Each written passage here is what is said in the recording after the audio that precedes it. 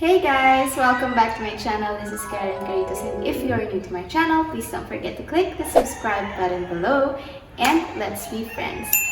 So, for today's video, gagawa po tayo ng OREO cheesecake! Kasi po, mag-birthday na. First birthday ang aming OREO.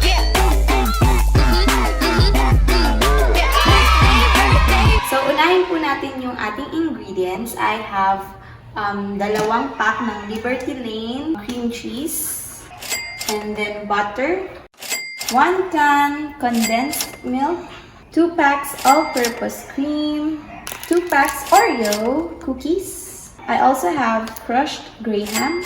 Now, if you have a lot of Oreo cookies, you can crush your Oreos to make it your base. But I don't have enough Oreo cookies, so I got crushed grahams instead. So let's start. I decided to create from 2 packs of crushed grahams kasi parang medyo madami yung magagawa natin. So, dinagdagan ko na ng isa pang pack. First step is you need to get your container. And then I already melted our butter.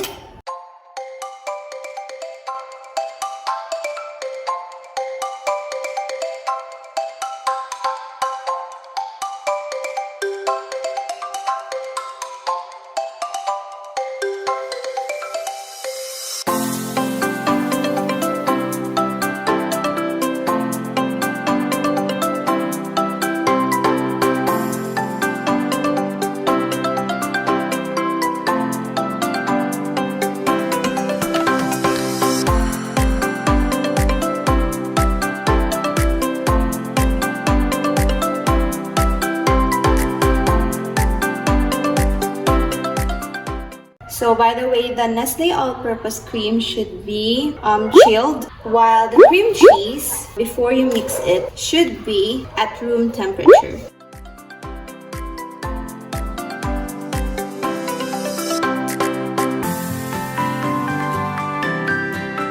One eternity later. Okay guys, so if you've seen that your cream has somewhat doubled, you can now add your condensed milk.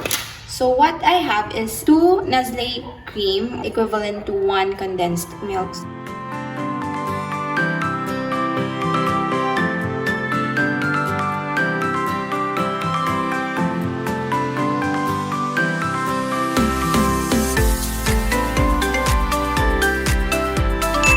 Next, I will mix the cream cheese.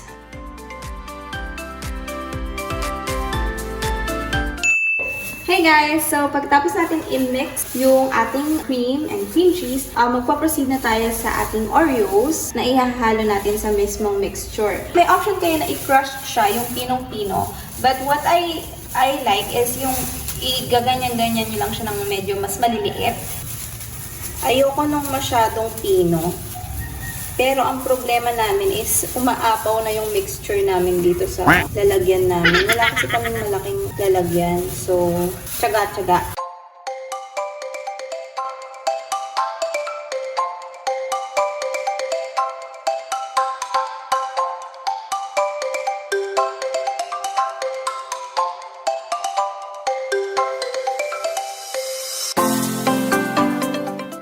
I-mix mo lang siya ng ganito, dahan-dahan lang kasi umaapaw na siya. And then, after nitong ma-mix, kukunin na natin yung container natin na may laman na crushed graham. And then, we will put this sa ibabaw natin.